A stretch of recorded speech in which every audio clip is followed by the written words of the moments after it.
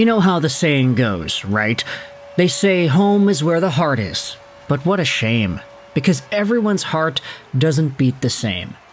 Today, we are talking about home, and where it really is, in the Montreal Canadiens, because we are going over the other guy, who ended up making headlines yesterday as the Canadiens beat the Anaheim Ducks in a shootout. Of course, earlier this morning we had spoken about Lane Hutson and his prosperity, the numbers, the statistics, but I wanted to talk about the other guy, whose name is oddly similar to Lane Hutson, and also kind of notable at this time in the Canadian season, because today we're going over to Patrik Laine and how this dude absolutely cannot stop scoring. It's getting ridiculous what Patty Laine has been doing for the Montreal Canadiens at the start of this 24-25 season. The guy is on pace for 40 goals on the year, which might be a little bit of a biased sample size because right now Laine has 4 points and 3 goals in 4 games played, so he's on pace for 59 points and 44 total goals on the year. Does he hit that? I don't know. It's possible, but I think a 40-goal season for someone who missed a quarter of the season is very, very tough to do. We'll see, though, as the games continue on here. But Patrik Laine ended up getting himself a goal and an assist yesterday against the Anaheim Ducks. He also had one of the multiple shootout goals scored by the Canadiens. It was really interesting to see the dynamics of that shootout go down the way that it went down. Laine scored, Caulfield scored, and then you also had 2 saves be made by Sami Montembeault to give the Canadiens the 2-0 shootout win and the 3-2 win overall. Patrik Laine is absolutely coming as advertised, and I think this is the best case scenario that people could have expected because almost everything that we wanted out of him has been coming true, and maybe even more so. Take a look at this article that was published earlier last night by Mark Dumont on Montreal Hockey Now. Habs highlights: Patrik Laine cannot stop scoring power play goals. And yeah, he did that at the beginning of the game yesterday, so keep it up, Laine. The game was decided in the shootout where the newest member of the team once again found a way to make an impact, leading to a 3-2 win. On Sunday, we had discussed a few things to expect once newcomer Patrik Laine had a chance to find his rhythm, but if there's one thing that's already improved significantly, it's the team's power play. The Habs had put together a serviceable power play prior to Laine's arrival, but their low shooting rate was a symptom of a situation that could collapse at any moment. With Laine being on the ice during the man advantage, the Canadiens have managed to generate almost twice the high danger chances than their season average. It's not rocket science. Laine simply likes shooting the puck whenever the opportunity arises, a nice change of pace compared to most forwards in the lineup.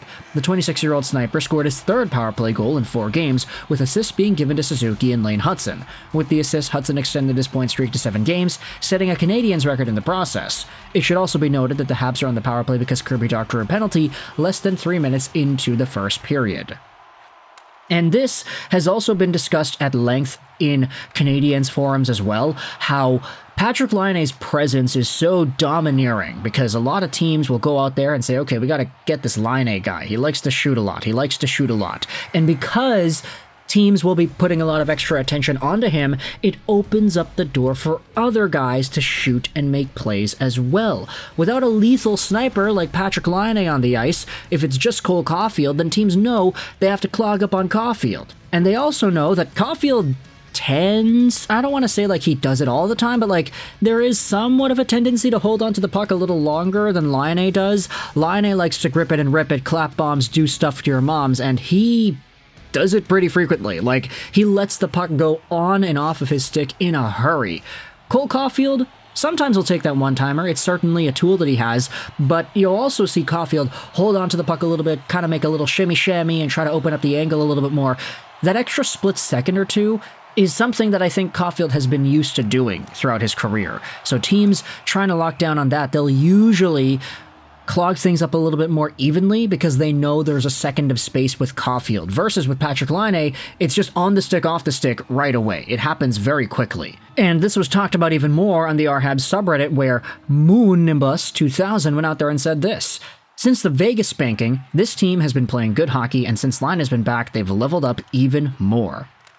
Laine has been making a big difference because he draws defensive coverage on reputation alone, and now that he's shown to be a point per game and almost a goal per game guy, PKs will give him even more attention, which will open up Suzuki and Caulfield and give Hudson more room to work with. Any team that is a one-line team struggles because you can just cover that one line. The Habs on even strength are pretty much a one-line team because that Laine-Doc-Slavkovsky line has two players still trying to get into game shape. Yes, but that won't last. Slavkovsky still needs to shoot more and be less dependent on other players. I feel like he's showing respect by giving them more opportunities to score. I want to revisit that line after the holidays. They're having time together and they need to get more developed chemistry, especially when two of them missed close to 80 games over the last 15 months. I think Laine's reputation should give Slav and Doc enough space to settle in and regain their form. And speaking about Slavkovsky and Laine, here's a quote from him from earlier this morning. Patrik Laine says the most random crap I've ever heard. It's crazy. I just laugh on the bench all the time. You wouldn't expect these outrageous comments that he's saying. It's not for the cameras. I'll tell you when you meet me outside the Bell Center.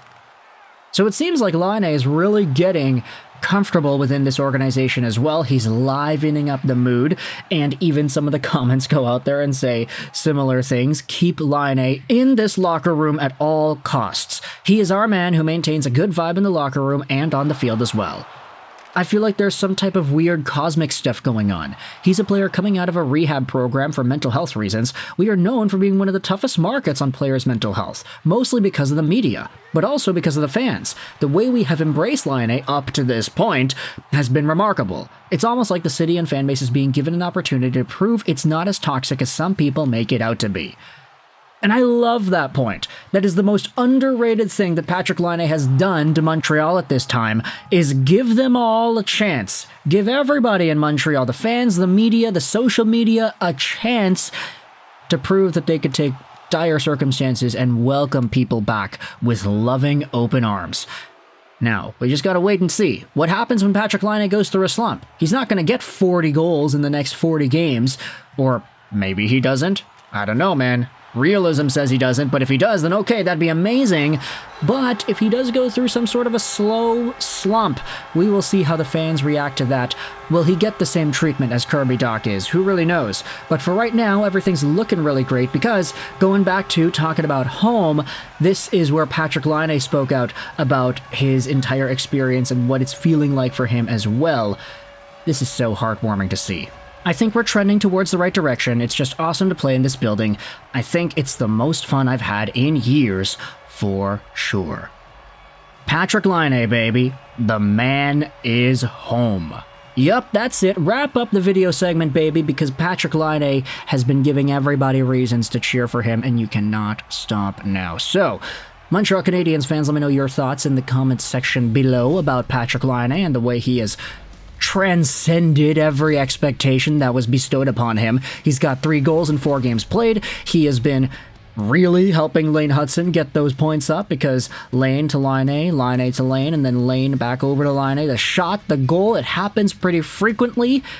Not saying that Patrik Laine is going to win the Rocket Richard this year. I mean, he's already 14 goals behind on Cole Caulfield.